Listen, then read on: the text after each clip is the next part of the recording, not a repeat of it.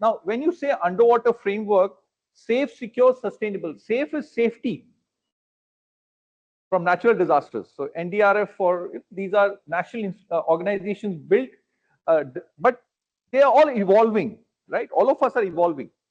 Similarly, security is the hardcore security. I mean, both are internal and external security. It is more with an identified threat. Safety is a very, very broad term. It is not a very identified threat, right? But in security, we have particularly the external security, the enemy is defined.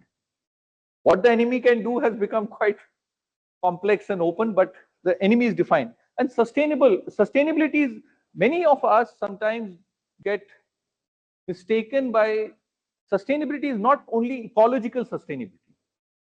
Even economical viability also is an important area that we must consider when we talk about sustainability, right? So, and growth, of course, there has to be some growth. Otherwise, what are we doing? And now we have to talk about new global order. What is this new global order?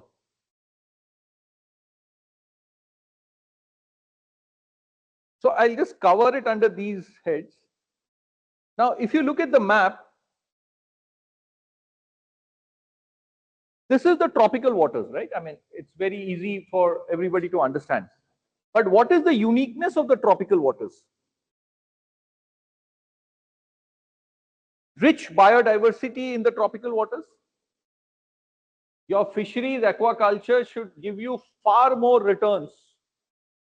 But I don't think we are able to leverage it to the best of our, when we are really, there is a lot more work to be done. Similarly, even undersea resources, mineral resources is far higher. I mean, there's also a term called Global South. I mean, all the developing nations are clubbed into this because largely the development, these are the developed states. So it's also a Global South term is used, but if you see the Global South, it is largely the tropical countries.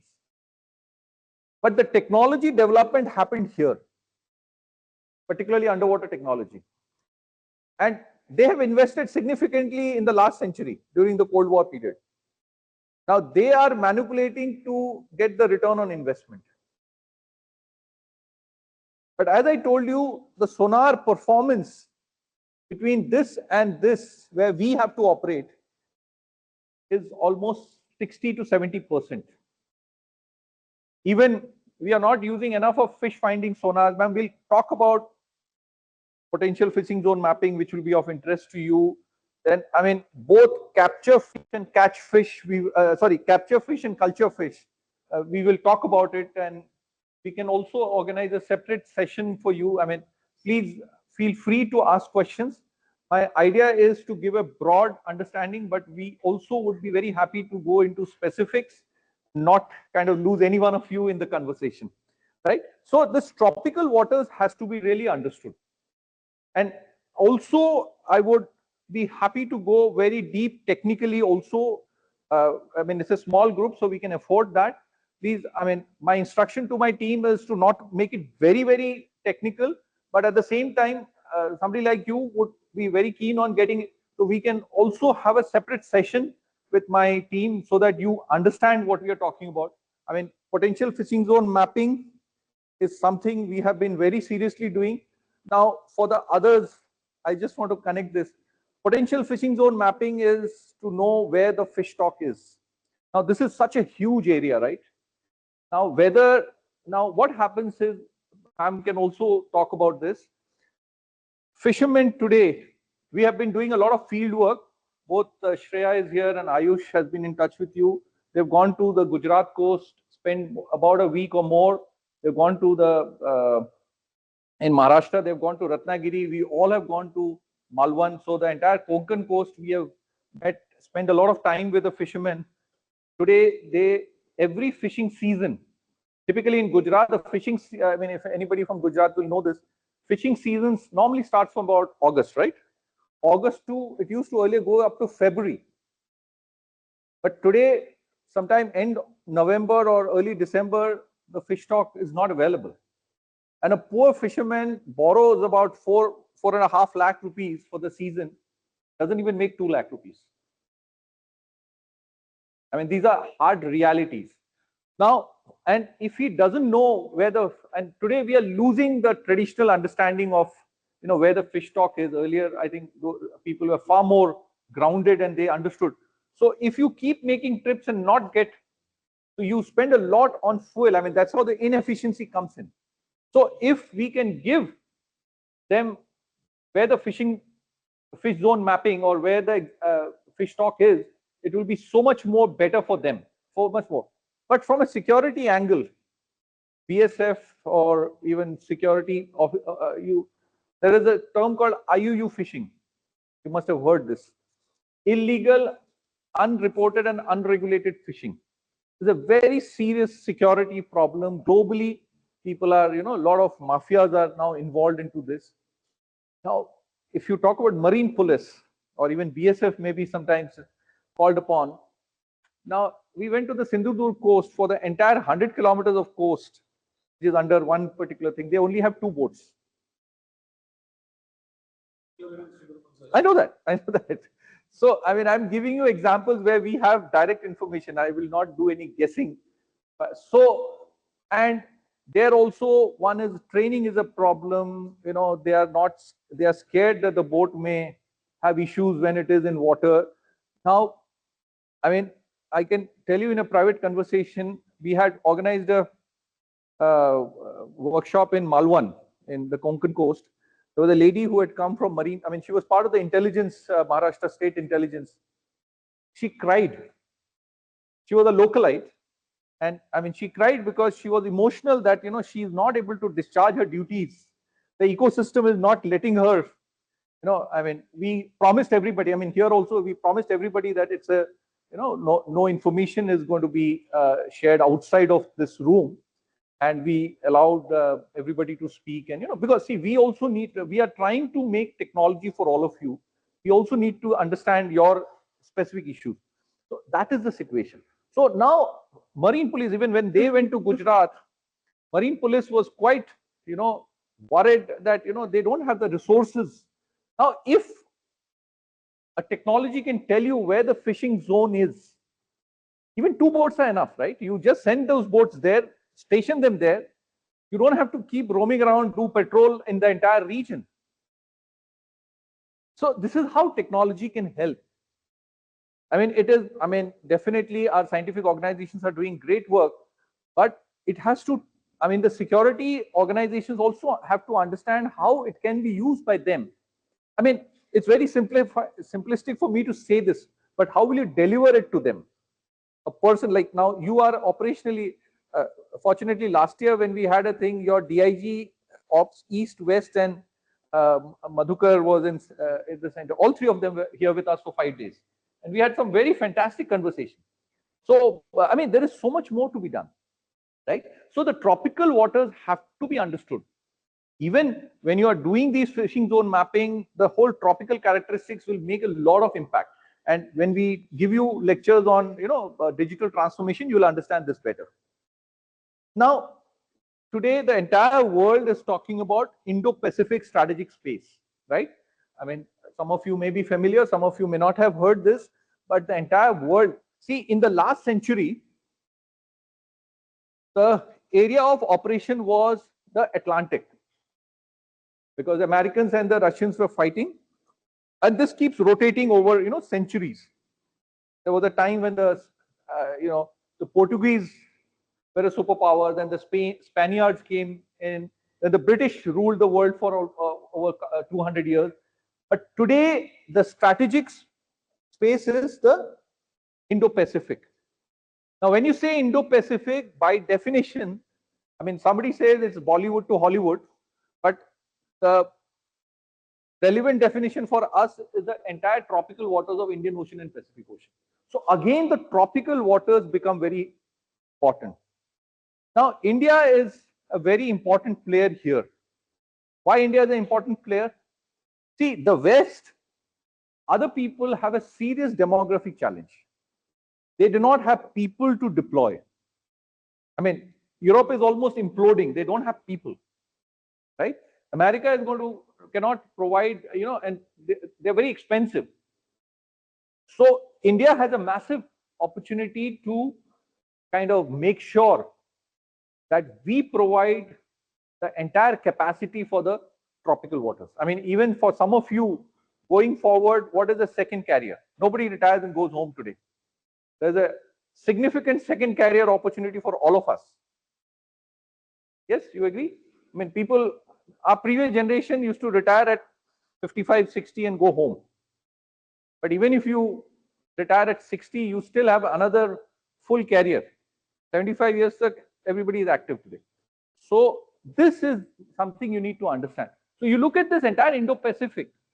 If we develop something, it is relevant across the entire Indo-Pacific. There are so many countries who can benefit out of your effort, and India can really play a major role.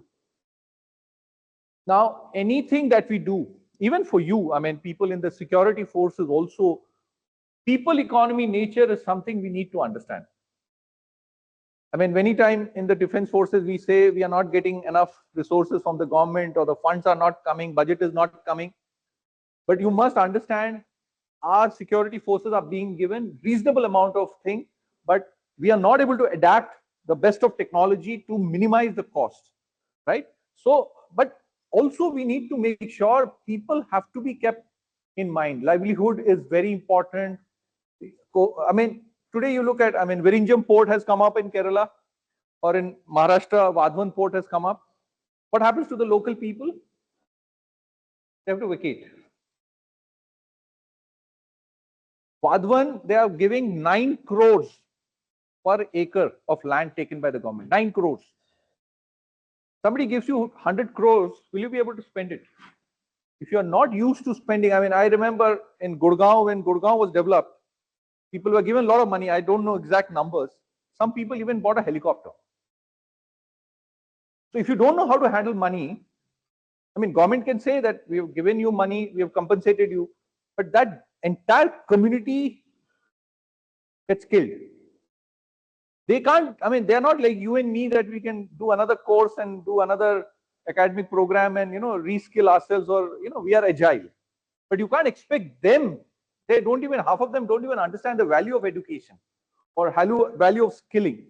So how will they adapt to a new situation and go to another career? So that money gets wasted, and then of course there are enough people who come in to give them all the advice. So we have to look at the coastal and riverine community. I mean, many of you come from riverine areas, and there are huge challenges.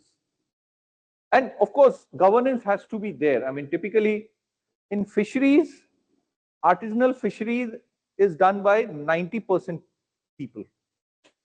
Only 10% people do corporate fishing, right? Big industrial fishing. But the revenue is the other way. 90% people get only 10% of the revenue. 10% people earn the 90% of it. So what happens is these 10% influence policy. And when they influence policy, the larger 90% gets marginalized. So where is the equality, equity, and justice gone? So that governance is very important. How do you make sure? And that's how we create. That's why security forces are required.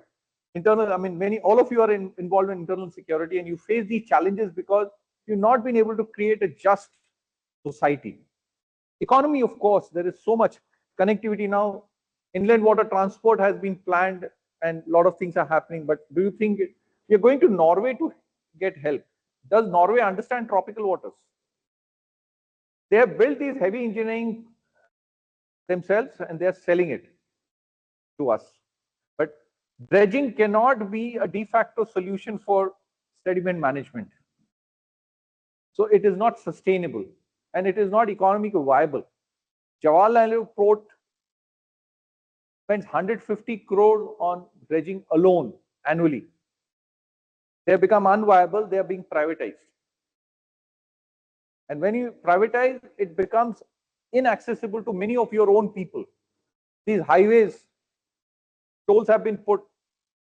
Almost 50 to 60% people cannot use the highway, toll highways, right?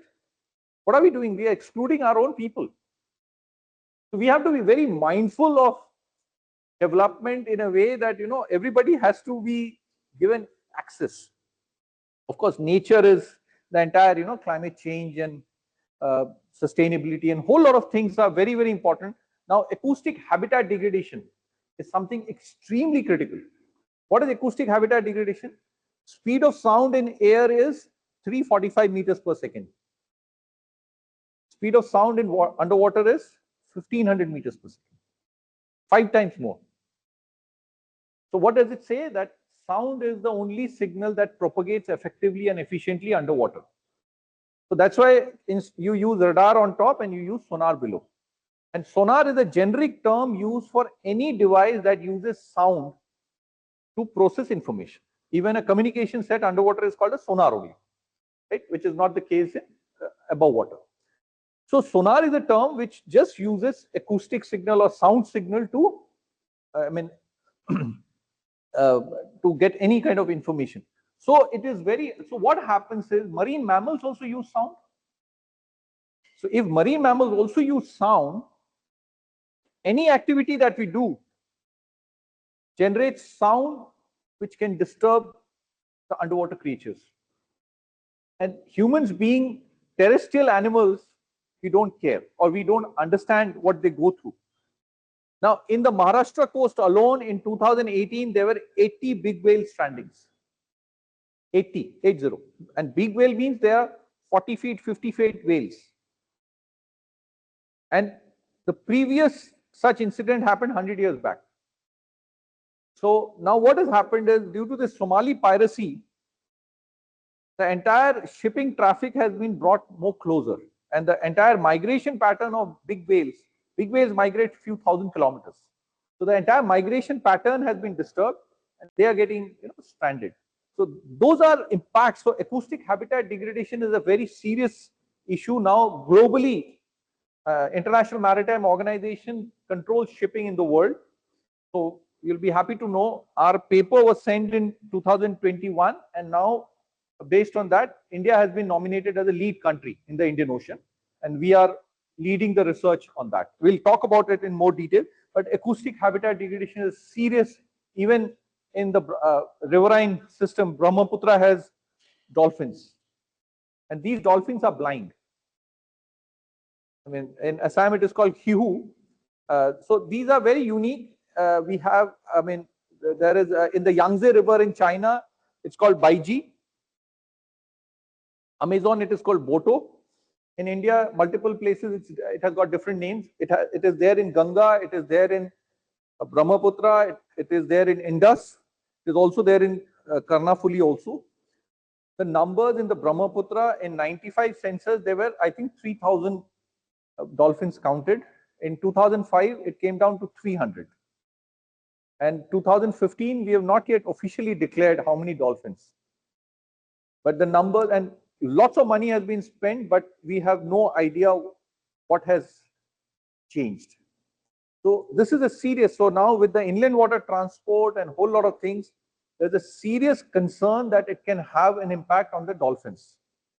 I'm not a showstopper to say कि dolphin मर जाएंगे इसलिए stop, but there is a lot of ways that we can navigate and make sure that development happens along with a sustainable, you know, way forward, right? We'll talk about it, what is important and what is not. Now, today, a lot of things globally, I'll not take too much time. We talk about Quad, it is called Quadrilateral Dialogue, Quadrilateral Security Dialogue. 4 countries came together, India, US, Australia, Japan, way back 2007 around. And they said that, I mean, America was triggering it to basically counter China if you look at the location. But of course, officially we don't accept it. But it was not a military alliance.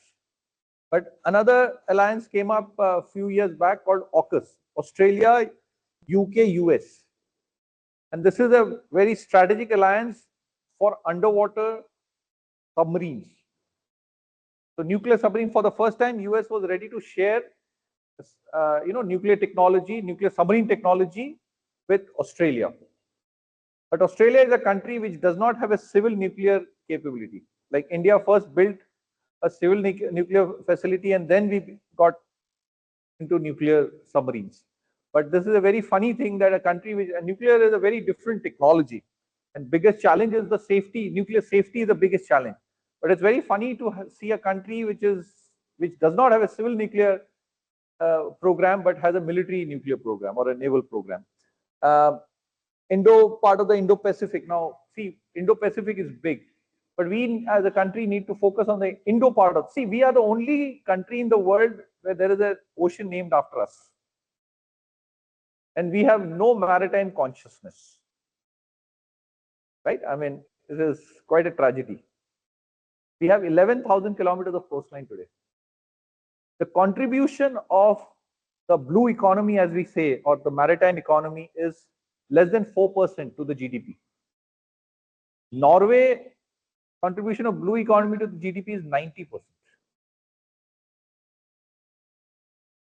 And today, there's an exclusive economic zone, 200 nautical miles from the coast is called exclusive economic zone. You can exploit our exclusive economic zone. Now, the International Seabed Authority is likely to allow us the EEZ up to 350 nautical miles instead of 200.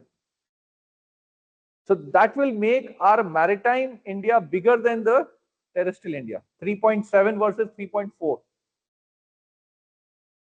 But if we do not utilize the assets that we have, or we do not build the capabilities to utilize the assets, I mean, now see, when you exploit them economically, security becomes an important area. Disaster becomes an important area. So all of us need to understand what can come to you. I mean, probably by the time you become senior enough, the whole paradigm will shift.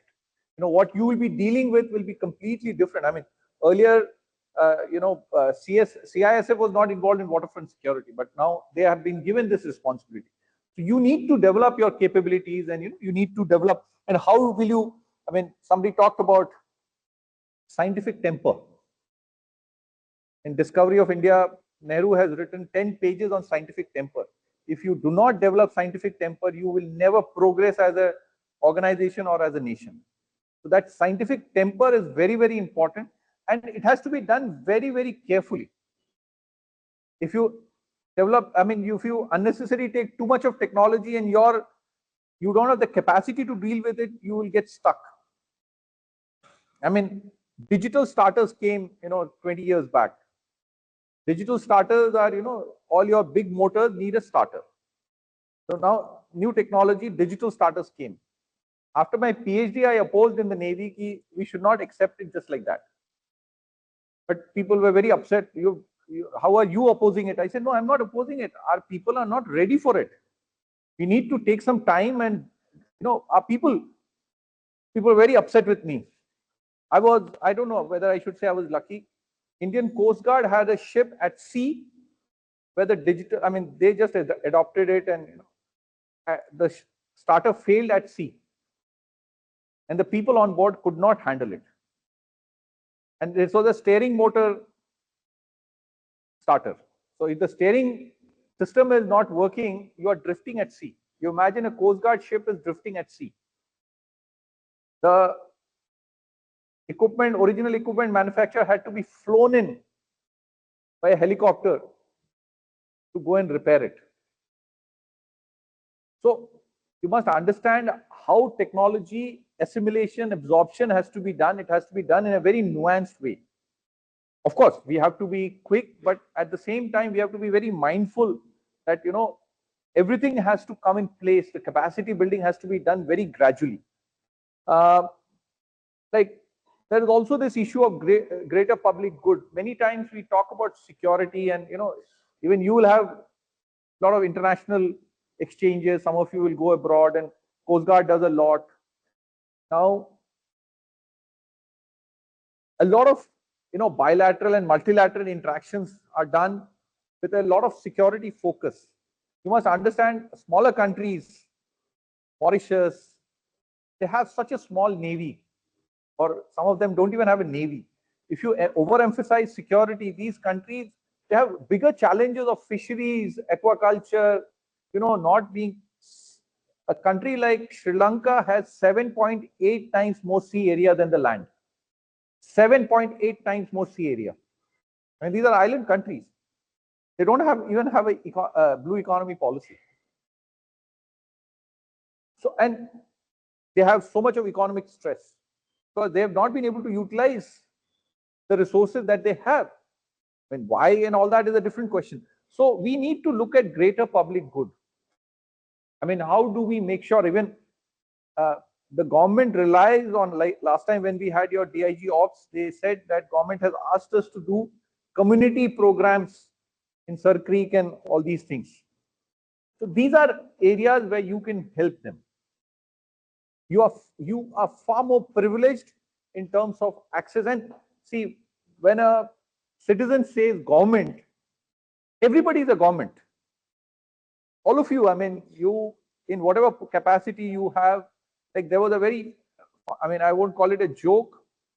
After the 26/11, Coast Guard, everybody was said, make a team and interact with the people. So there was some journalist who took a feedback in the Konkan coast. They spoke to the local people. The local people said, I went to the Coast Guard base to tell them that there is a suspicious activity here. The guard at the gate slapped him and said, get lost. It is neither the guard has any bad intention, nor it is just that he has not been sensitized. I mean, he doesn't take this man seriously, but this guy goes with all the sensitivity and whatever so-called national fervor, national patriotism to go and inform him. And it is just that guard would have been refused leave or whatever, our typical issues that we face. But it is such a serious thing, it can go to such a serious level. So we need to be sensitive. I mean, that's why I was saying that, different organizations, if they don't interact with each other, you will not understand. Even community interactions also has to be done in such a way. If all of you, like today, when you go back from here, you will see things in a very different lens. And that's very, very important. So that is greater public good. How do you understand? Like many of us, even in the Navy, we used to think that, security is the number one priority. It is. I mean, you can't, unless you can safeguard, nobody can undermine. But this cannot be at the cost of something else. That is something, that nuanced view is very important. Great power rivalry, I mean, what you see in Sri Lanka, Maldives, China versus India, or the US wants to come in and they manipulate, and a whole lot of things happen. And these countries suffer. I mean, what has happened in Sri Lanka, Bangladesh, Nepal, you can all see. It is much more than domestic thing. It is more a great power rivalry, where the local people are suffering. And in this, the role of security forces becomes very, very important. I mean, you have to be far more sensitive to, what is happening in the geopolitics. And, then you can be, it is not that you can compromise in your duty. There are certain instructions given to you. But even while discharging your duty at the local post or a local level, there is so much more one can do. And civilizational baggage, see, we have so much. I mean, India in the 13th century, we were 25% of the global GDP. Today, we are not even 2%, right? So why this decline? And this was this 25% was GDP was at the cost of, on top of the maritime capabilities. We used to trade far east and far west. Shipping was learned from us. The Britishers used to learn, but only we missed out the industrial revolution. I mean, when the steel ships came, that's when we lost out, and we were kept out of it. So this, there is a lot of traditional knowledge which can be used and which can be taken forward.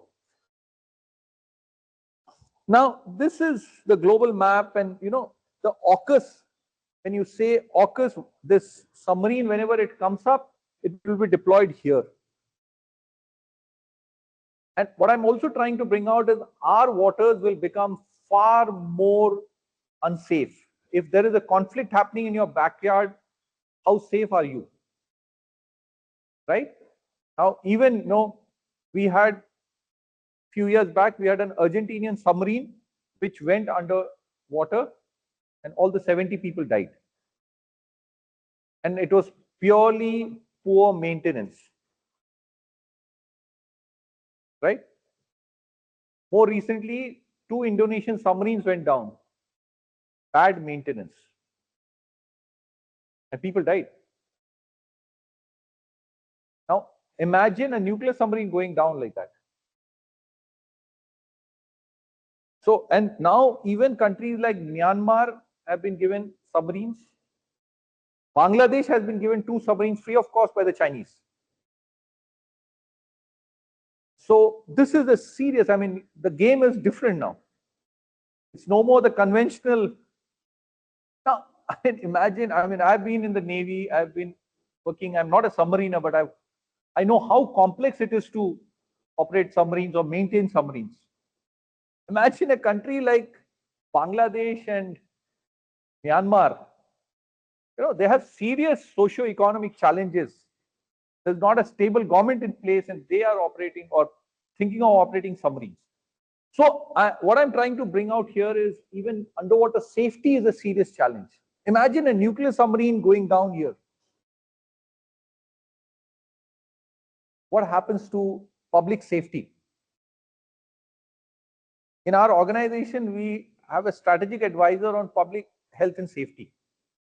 That's a serious underwater issue, right? I mean, this is just one of them. There are many other things. I mean, underwater noise can impact diving. So we have a admiral who was commandant of FMC. He is our advisor on public health and safety. There are so many dimensions which need to be looked at. So there is huge amount of areas that need to be looked at.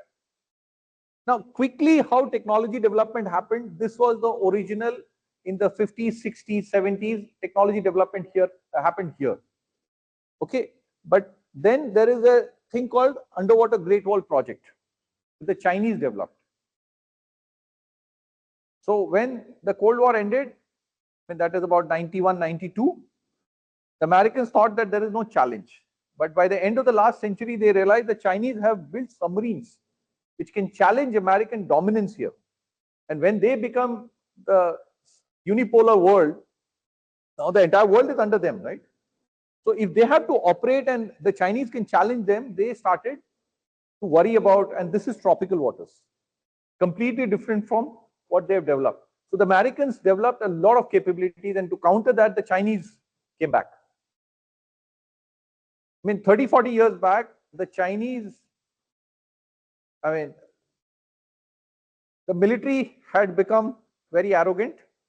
So Mao sent them to war with the Vietnamese. And the Chinese army came back with a bloody nose.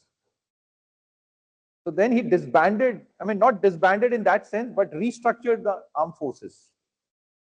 But when they restructured, the Navy, a lot of them were sent into the merchant fleet, or more than merchant, the fishing fleet.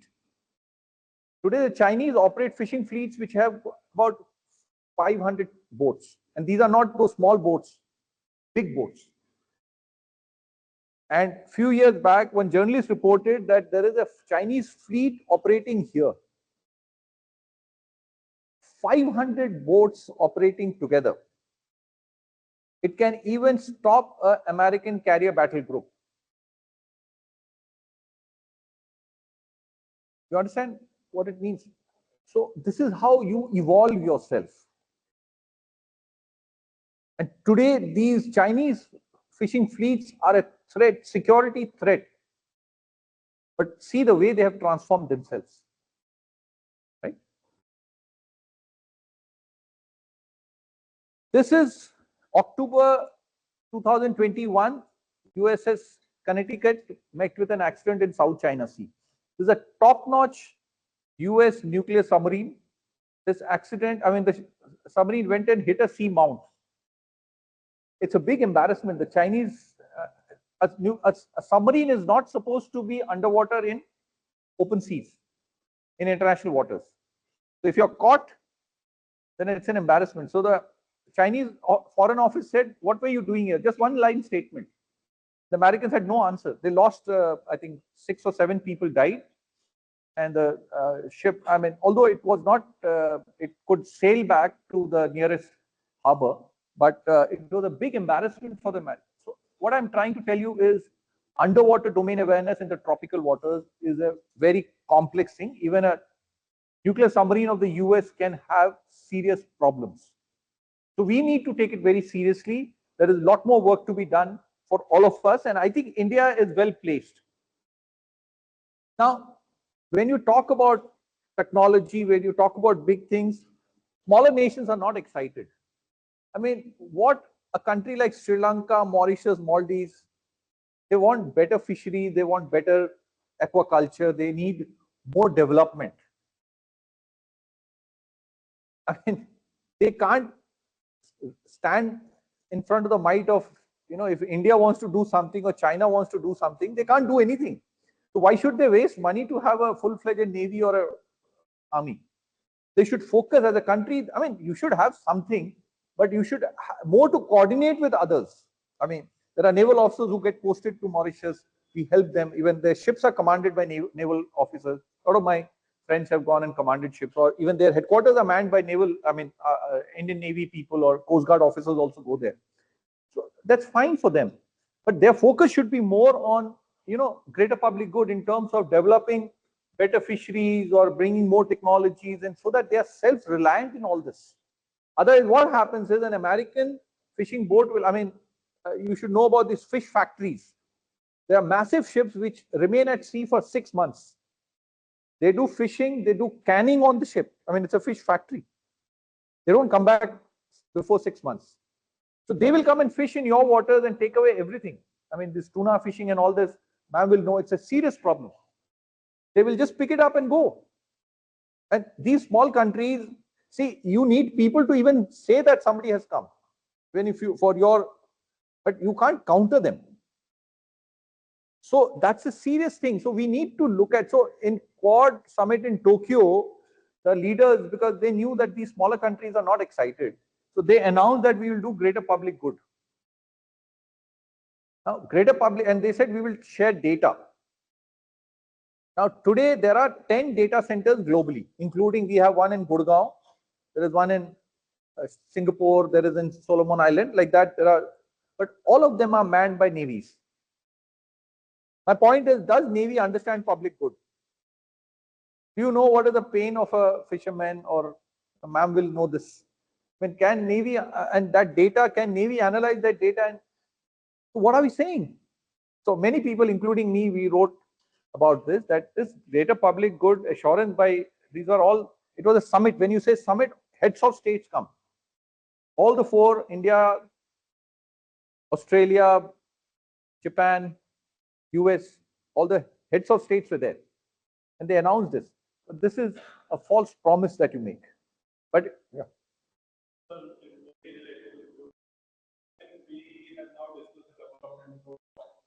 After the US has imposed a lot of, kind of a tariff war going on between India and US, and the Prime Minister Modi meeting President Putin and President Xi Jinping.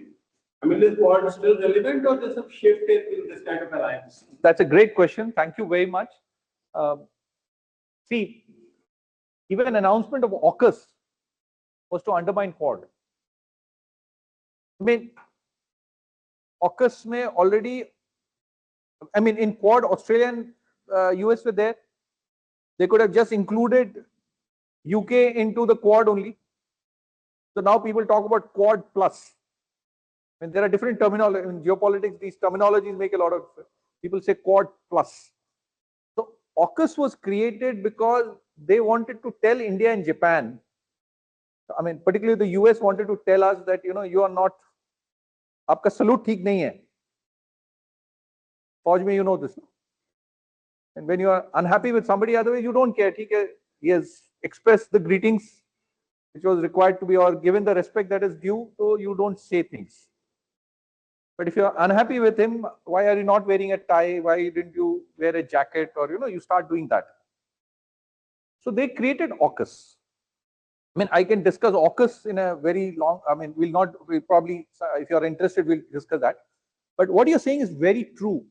But see, the geopolitics has changed. And what happens is, like now the Ukraine war, it is complete violation of the UN framework. And what US is doing is totally different. Now this tariff, now see, you have to also understand America has $35 trillion debt. The NATO, you must have heard, North Atlantic Treaty Organization. NATO, what was NATO? Now you imagine, which is the third largest economy in the world? European Union. US, China, and EU. EU does not have a military. How does it work? You're rich, but your watchman is controlled by your neighbor. See, after the Second World War, see what happens at the end of the war, what happens? The winner takes it all. आपकी बहू बेटियां भी तो लेके जाते हैं ना? Is it in consonance with human values? No, but that is the nature of war. So what happened after the end of Second World War? They said हम कुछ भी कर सकते हैं. They created IMF and World Bank, International Monetary Fund and World Bank. International Monetary Fund is controlled by Europe, and World Bank is controlled by the US. A country like anybody, India also included, if you have to go to World Bank for loan or IMF for loan, you have to say कि आपका behavior अच्छा है. And how do you say that? There are credit rating organizations. And वो credit rating organizations क्या हैं? They're US agencies or European agencies. And it comes at a cost. For you to say I'm good or I'm behaving well, आपको कुछ तो return मिलना चाहिए ना? So it is all a setup. But in the US, what they did in the 60s, when they were going through a severe debt crisis, they invented what is called the petrodollar. पूरा Middle East को उन्होंने, they created Saudi Arabia and all that, and they said कि if you have to buy oil, you have to buy only using dollar, nothing else. It's funny, हम Middle East से खरीद रहे हैं, Saudi Arabia से हम खरीद रहे हैं. Why do we have to go to the US currency? Now that becomes the global currency. Okay. So the US dominance, that's how you, obviously, this is fair in war or whatever in diplomacy. So they controlled everything. Now, after the Ukraine war, that has been challenged. Now China says we don't care, or India has also started having bilateral things. But today they are in a serious crisis. They stopped funding NATO also. Now the Europe has been told you fend for yourself. Even he could not see. Putin has been extremely smart. He's probably he is the biggest statesman we have today. Otherwise, a country like Ukraine, how much time does it take for Russia? They can just run them through. They have nuclear weapons. They have everything they can run. But he is doing calibrated because he has to take over that country, right? If he bombs them to pieces, he will spend so much more money to rebuild that country. So he doesn't want to do that. And internationally also, nobody will trust him. But today he has taken over Ukraine, and then he will negotiate. Once he takes over the whole thing, then what is convenient he'll keep, and rest he will give it. ठीक है, आपको चाहिए ये ले लो आप. And when you are on top in any negotiation, when you are more powerful, see, why do we keep an army? Why do we keep a security force or a strategic force? As a deterrence. The day you use it, that is stupidity.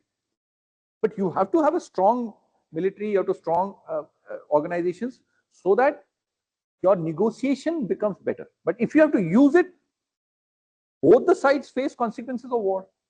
So what the US is today doing is, see, why they have brought Trump is also a very interesting point. I was in Singapore when the first election was going on, and there people follow. Even college students don't sleep in the night, listen to all the primary, talks and everything they do. Everybody said, how can this guy come? Nobody believed that Trump can become. But it is a deep state. We bought him there. But what did he do first? He cut all the money being, US was just distributing money to people. So he stopped all that. And in the second Trump thing, USAID is an organization which used to fund, I mean, even so many organizations, I mean, our scientific organizations also got a lot of money. You put an application, आपको पैसे मिल जाएंगे. I mean, USAID was, but उसमें क्या होता है? Internal corruption भी बहुत बढ़ जाता है ना. I mean, if you have so much money to give, he shut it down in 15 days. मतलब people in the US were given 15 minutes to clear their office. 15 minutes. You go, pick up your stuff and go home. When we were almost at the verge of getting MOU signed with the US State Department, the people who were dealing with us, when they came to meet me in Delhi, Secret Service guys, this, that, 2-3 cars behind, they lost their job in 10 days. Bureaucrats, top diplomats, not bureaucrats, top diplomats. ये हालत है अभी US में. What he is heading to is this entire $35 trillion debt. You'll find it, you'll get up in the morning and hear that crypto has taken over and all reset. What debt? US has done this before. They will, and that's how you see all this chaos happening. There'll be too much noise. जब आपको actual बात नहीं समझ में आएगी. Ukraine happening, whole lot of things will happen all around. And in this noise, suddenly one day he will do this, and then everything reset. And because otherwise they are on the verge of imploding. It can become very serious. He said no climate change. What is climate change? I mean, we were having webinars. They said, no, we can't speak on climate change because the president has said there's nothing climate change. So what I'm saying, see, that's the nature of geopolitics. So the tariff is something, he says 85%, 100%, and then it agrees to 20%. Because see, he's negotiating. Now you can you say, and then he will say something. But US is in serious trouble, and they are trying, and they also are figuring out how to come out. There was earlier a hegemony. US ne bol diya, everybody listens, and all this USAID and all. If you've got money, then you will listen to them. But when you are not even paying money, and then you're telling do this, who will listen to you? So the US hegemony has reduced. Earlier, Kargil war, we went to the US and say isko rukwa do, and it was stopped. US had a major role. Now it is still controversial. I don't want to get into that. But there was a time when you can go to them and say, we are having trouble. Can you? And he says, okay, you hold on, and they would listen. But today that hegemony is over. Nobody cares. Even if he says, he will not, because he is not able to give enough. So that's the thing. So tariff, what's going on is something different. Internally, something else is happening. Okay. So, and I want to also tell you this whole thing of sharing data was to promote a company called Hawkeye 360. Hawkeye 360 is a US company which has got enough satellite data. India has also bought it. So you go to a summit and say we'll help, but this doesn't come free. It's they are making you pay. So it's that's a problem with capitalism. They will give you something different and you will start paying for something which you probably don't require. So I think I'll skip this part. I use thoda time ka dhyan rakhna. I mean, I should not take more time. I think I'll skip this part. So even when the Trump first Trump era, the Chinese captured a US drone. There's a 20-day period, when the president is announced, but he's not yet taken over. So during that time, the Chinese, there's a USSN Bowditch, which is a hydrography ship of the US. It was operating in South China Sea. The Chinese, captured this drone and kept it for 3 days. Just to tell the US that you can't be deploying, basically this is collecting data in the South China Sea. And if you remember the previous Trump era, the entire era, there was a lot of confrontation between the Chinese Navy and the US Navy. So the Chinese waited till about 2015. They built something called underwater Great Wall Project. They developed a lot of, but I can tell you, Great Wall Project was at least a 30-year work. So the Chinese have really focused. I mean, we may hate them, we may say whatever we have to say, but they have invested significantly to build capabilities which can now challenge the US. Even in AI, DeepSeek has challenged the US. I mean, US thought that baki sab kuch aap kar lo, but we are still ahead. But DeepSeek has shaken that also. So there is definitely, I mean, China still has a lot more to cover, but I think they have in many strategic areas. Now, this tariff negotiation, this happened because the US had to back down because the rare earth material Chinese control almost 90%. So the US had to, accept the Chinese terms. So that is how negotiations are done. You have more power in whatever way. When today power is not hard power, hard military power. Power can be economic, and today it is even different. I mean, you have technological power. You have technological power can be anything, but then these rare earth metals, these things can become very, very massive, and they have invested. They've taken over entire. Argentina has a massive stock. Brazil has a massive. China has bought all of them. Even for EV, they supply 90%. And it requires rare earth metals, nickel, cadmium, zinc, cobalt. China has 90% stock. So how will you compete with them? So that is the nature of strategic capability building. Underwater will become a massive strategic capability building.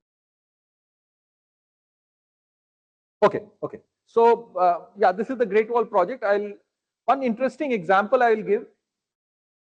We got a submarine on lease, nuclear submarine on lease from Russia in 1988. INS Chakra, you must have heard.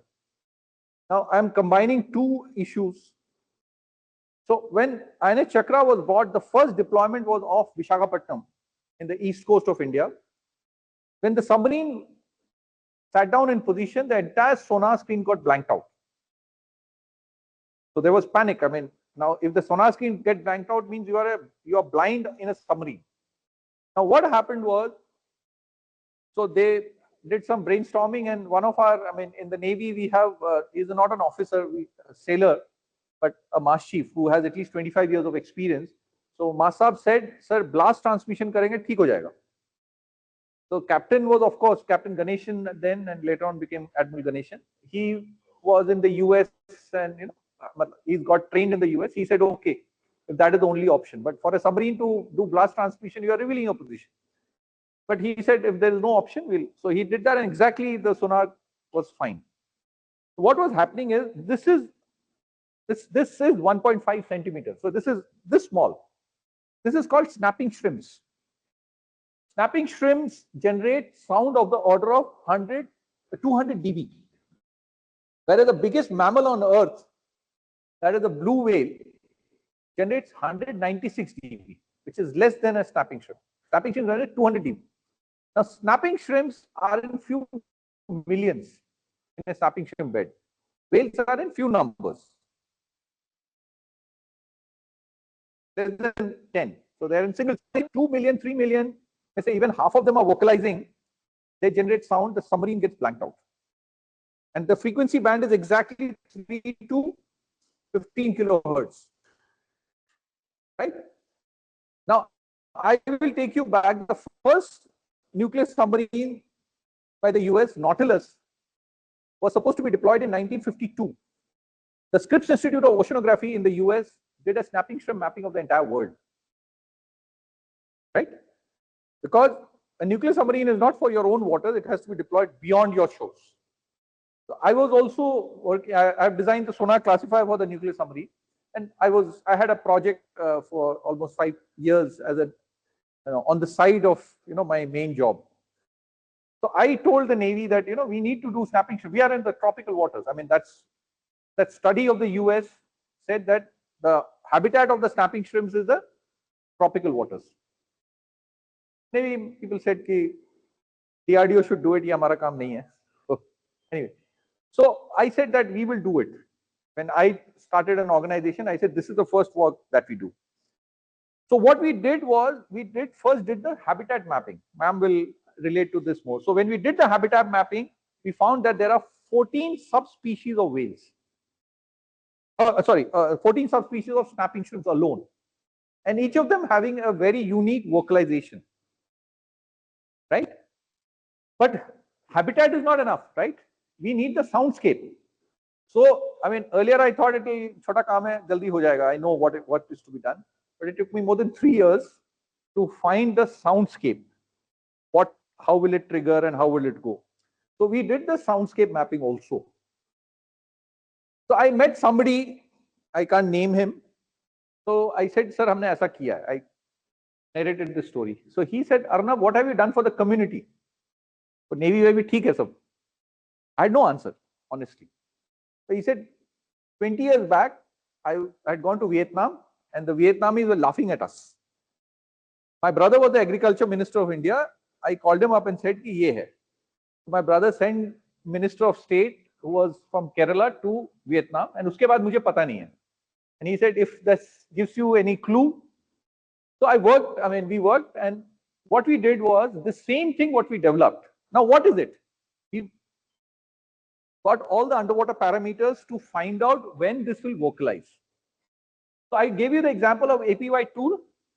So we converted this into shrimp farming APY tool. My colleague will explain this in more details and he will do a demo also. Shreya and all will do a demo. So what happens is in shrimp farming, it is the underwater parameters will determine the growth. So in shrimp farming, there are 2 cycles. I mean, how will you intervene? There are 2 cycles. One is the feeding cycle, other one is the disease cycle. On one end, tropical waters is the real habitat of shrimps, and shrimps are very lucrative commercially. So what we did was, now the metabolic rate is dependent on the underwater parameters, right? So an algorithm tells you how it will behave, and by feeding more, it is not going to add to the weight, so don't feed more. And the second is disease cycle. Now, with all the underwater parameters, you can determine if there is a possibility of, again, a lot of AI here, any outbreak of disease, so you can intervene much before by predicting, what are the chances, or it can be taken to multiple levels. When to start cultivation, when to harvest, all that can be done. So we have built that. My team will give you a demo on this. So don't you see, it's a very interesting thing that a hardcore naval application can be taken to a so-called, I don't want to use the word civilian, but a more, grounded application. So when you have, and it becomes so much easier. So the defense budget can also be used for your research, right? So, there are so many things. I will not spend time here. Another thing I want to tell you, this is a map of China. I was part of NSA committee on transboundary river. When the Indus Water Treaty was revoked, I was part of that committee. So we did a study. You see, this map shows you map of China. You see the north of China is completely dry region. As you keep coming down closer to the sea only, it is reasonably okay. And they have built these kind of tunnels. These are few hundred, this is, 1200 kilometer water tunnels they have built. So they can easily, divert water from the Brahmaputra also at the Great Bend. People who have posted there, they know what is the Great Bend. They can transfer, because they need water here. This is that area. They need water here. China has the resources, they have the technology, and they have the intent. And they are not worried. So this is, so they are upper riparian, right? So they can do whatever they feel like. They have already started building dams. See, he said blood and water cannot flow together, but it is not a tap that you can stop. No, so you have to build dams. So China has already done that. They started doing a whole lot of things they're doing. So what I'm trying to tell you is there is a serious, threat that we need to be mindful of. The second is, now look at India map. I come from Assam, and I can tell you this is the Brahmaputra basin is the only water surplus basin in this country. Rest of it is, we are 20% water short on an average. But you cannot, we cannot, it's too much to divert water from here to any other part. And the Brahmaputra water goes into the sea, we only use 24% of the water. Rest of it is all going into the Now, even when we did this study, we realized for the Indus and the Brahmaputra, Indus we are not supposed to give them so much more water, but we are giving more water. But you see, there is no, how much water can agriculture take? Very little. You need massive industrial development, then only water can be consumed. Now you see, this entire region has been disturbed. This entire region has been disturbed so that there is no big development that can happen there. It's a global conspiracy. That's what we need to understand. It is not India, Pakistan, or India, Bangladesh, or India. It's a larger global conspiracy so that the water is not used. I mean, that is just one of the factors. So we need to be very careful about, we should also understand the larger dynamics. As you grow senior, you should also be aware, and how will you tackle it? What kind of resources and what level? And water quality is even a bigger challenge. The water that we have is not usable many places, right? Okay, I think I will stop here. I just want to give you, when you say underwater, this is the framework that we have built. I'll take 2 more minutes. Huh? This is the framework we have built. Now, when you look at this, now this entire thing of underwater, who are the 4 stakeholders?